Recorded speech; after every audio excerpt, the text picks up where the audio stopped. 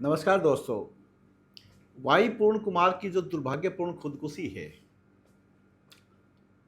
उसको समझने की ज़रूरत है कि ये समस्या क्या है।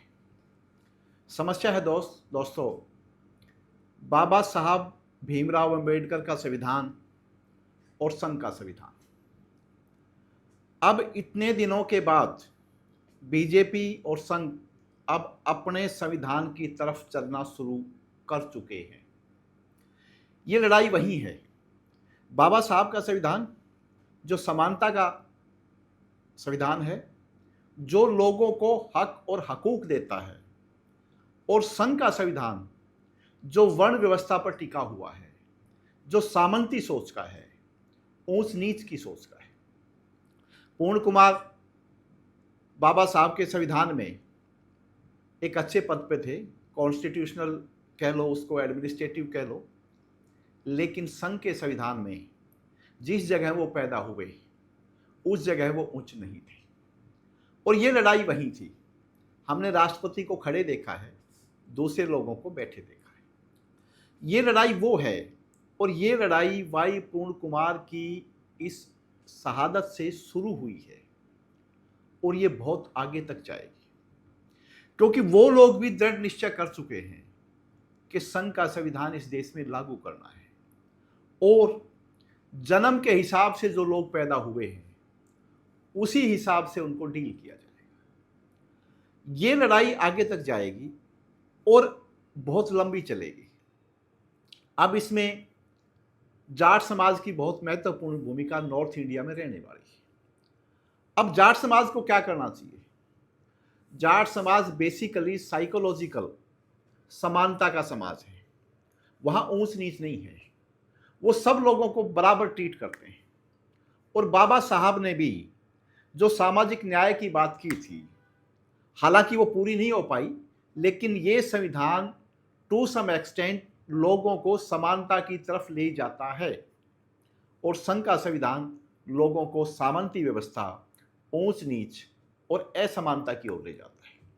अब दो फोर्सेस हैं। एक फोर्स वो है जिसके हाथ में सत्ता है, जो इस पूरी व्यवस्था को अपनी तरफ खींच के ले जाना चाहती है, और दूसरी जो प्रेजेंट व्यवस्था है, जो प्रेजेंट संविधान है, वो है, उसको साइडलाइन करके वो लोग अपना संविधान लागू करना चाहते हैं। ये वाई पूर्ण कुमार की इस घटना से क्लियर साबित हुआ है, और ये लड़ाई आगे तक जाएगी। जाट समाज को क्या करना चाहिए?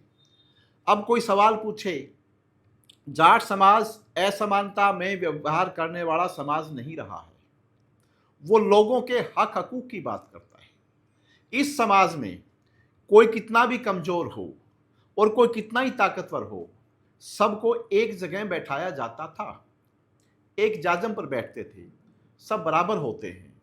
तो बाबा साहब भीमराव अंबेडकर का संविधान उसको ज़्यादा मुफीद करता है, क्योंकि वो समानता की बात करता है, और संघ का संविधान असमानता की बात करता है, फ्यूडलिज्म की बात करता है।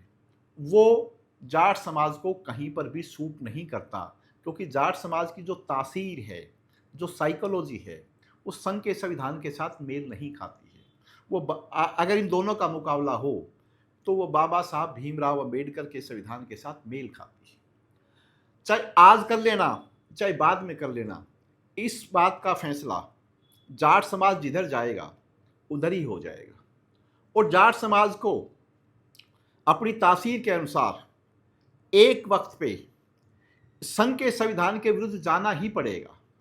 अगर वो संघ के संविधान के विरुद्ध नहीं गए तो खुद उनकी तासीर, उनके अस्तित्व और उनकी साइकोलॉजी पर इफेक्ट पड़ने वाला होगा। ये भविष्य में हम सब देखेंगे। अब इसमें क्या है, अब कोई किसी से पूछे कि जाट जाट कौन से वर्ण में आता है? 4 वर्ण हैं। संघ जिधर ले जाना चाहता है कि वर्णों के अनुसार चीज चले, आप उसको मनुवाद कह लो, आप उसको कुछ भी कह दो। तो जाट कौन से वर्ण में आता है? कोई नहीं बता पाएगा, क्योंकि जाट वर्ण व्यवस्था से बाहर है। लेकिन मैं लाहौर हाई कोर्ट की एक अथॉरिटी की अगर बात करूं, तो उसने डिक्लेयर किया था कि जाट जो है सबसे निचले पायदान शूद्र में आता है। हुआ क्या कि कोई एक बहुत बड़ा जमींदार था, उसके बेटे की मौत हो गई, प्रॉपर्टी ज़्यादा थी, तो उसकी पुत्र वधू को, जैसे हमारे जाटों में एक वो है कि जब वो विधवा हो जाती है तो या तो हम उसको करेवा करते हैं या फिर उसको, क्योंकि वहाँ पे करेवा करने का कोई और व्यक्ति नहीं था, तो उस पुत्रवधू के मायके वाले जब उसको वापस ले जाने लगे तो उस गांव की सीमा के ऊपर जब उन्होंने क्रॉस कर लिया तो उस व्यक्ति ने कहा कि भाई अब ये मेरी पुत्रवधू नहीं रही, क्योंकि हमारी एक ट्रेडिशन आप शादी के वक्त देखते होंगे कि लड़की जब गांव से जाती है तो अपने गांव की सीम के ऊपर, उस बाउंड्री के ऊपर वो कुछ चीज़ फेंकती है, उसका मतलब है कि मैं यहाँ की सारी चीज़ें उतार चली, और अगले जिस गांव में उसकी शादी की जाती है वहाँ उस गांव की सीमा के ऊपर वो कुछ चीज़ें एक्सेप्ट करती है, मतलब उस गांव की सीमा में आ गई। तो उस गांव की सीमा जैसे ही क्रॉस की उसने, उस क्रॉस करने के बाद उसने कहा कि भाई अब ये मेरी पुत्रवधू नहीं रही, अब इसके साथ मेरी शादी कर दो, और अल्टीमेटली उनकी शादी होगी। कुछ उच्च वर्ण के लोगों ने और उसके जो दूसरे दूर के जो रिश्तेदार थे, दूसरी दूर के जो भाईचारा था जो उसकी ज़मीन पर नजरें गड़ाए हुए था, उन लोगों ने उस शादी को चैलेंज किया। इसमें उच्च वर्ण के कुछ लोग भी शामिल थे, और अल्टीमेटली लाहौर हाई कोर्ट ने ये कहा कि जाट किसी भी वर्ण में नहीं आते हैं, या जो जिस वर्ण में भी नहीं आएगा उसको शूद्र में डाल दिया जाएगा। लास्ट में कहने का मतलब ये है कि आज मान लो या कल मान लेना, नुकसान उठा के मान लेना या पहले मान लेना, हमारा जो तासीर है, जो साइकोलॉजी है, वो हमारे ये बहुजन भाई हैं इनके साथ मिलती है। वैसे भी हम जुल्म और अन्याय के विरुद्ध रहने वाले लोग हैं, और ये साफ है कि इन लोगों के ऊपर जुल्म हो रहा है। ये लड़ाई चल पड़ी है, एक इससे जो प्रेजेंट संविधान है इसकी, और बाबा साहब का जो संविधान समानता की बात करता है उसकी लड़ाई चल पड़ी है संघ के संविधान के साथ। और ये लोग इस देश की सत्ता पर काबिज होने के बाद इतने निर्भय हो चुके हैं, इतने निडर हो चुके हैं कि बहुत सलीके से, बहुत निर्भयता के साथ अपनी चीज़ों को लागू करना चाहते हैं। आपने देखा होगा कि इन हालात के बीच भी जब भाई पूर्ण कुमार की खुदकुशी के बाद पूरे हरियाणा में शेड्यूल कास्ट के लोग आंदोलित थे, उनके घाव हो चुका था उनके मानस पर, उस वक्त माननीय मनोहर लाल खट्टर जी ने बयान दिया कि बाबा साहब ने नहीं लिखा ये संविधान। आप इनकी निर्भयता देखिए, इनका दुस्साहस देखिए कि कैसे घाव पर घाव करते चले जा रहे हैं ये लोग। आप इस बात को समझना पड़ेगा। और क्योंकि नॉर्थ इंडिया में कोई भी चीज़ जाट समाज के बगैर संभव ही नहीं है। दिल्ली को जाटों के बगैर कोई नहीं जीत सकता। ये एक डायलॉग नहीं है, ये पूरे उत्तर भारत का सच है। जाट से मतलब हमारा ये है, जो हमारे भाई सिख हैं वो भी हमारे भाई हैं, जो आर्य समाज में रहे वो भी हमारे ये हैं, मुस्लिम में भी हमारे भाई हैं, क्रिश्चियन में भी हमारे भाई हैं, irrespective of the religion.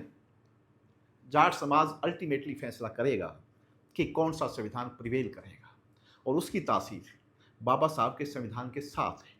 Last में एक बात और बताता चलूँ मैं कि राइट टू प्रॉपर्टी जो बाबा साहब ने फंडामेंटल राइट के रूप में रखा इस देश के संविधान में, जिसको बाद की सरकारों ने तोड़ा, वो राइट टू प्रॉपर्टी को सबसे ज़्यादा बेनिफिट किसने किया? वो सबसे ज़्यादा बेनिफिट जाटों को किया, क्योंकि ज़मीनें प्रॉपर्टी के रूप में उनके पास थी, जिसको बाबा साहब ने राइट टू प्रॉपर्टी के माध्यम से प्रिजर्व कर दिया। और मैं ये कहता हूँ कि शेड्यूल कास्ट को उसने आरक्षण नौकरियों में दिया, लेकिन उसने ज़मीनों को प्रिजर्व करने का आरक्षण एक तरह से राइट टू प्रॉपर्टी किसान जातियों को दे दिया, जिन लोगों के पास ज़मीनें थी उनको दे दिया, और जाट उसमें सबसे आगे थे नॉर्थ इंडिया।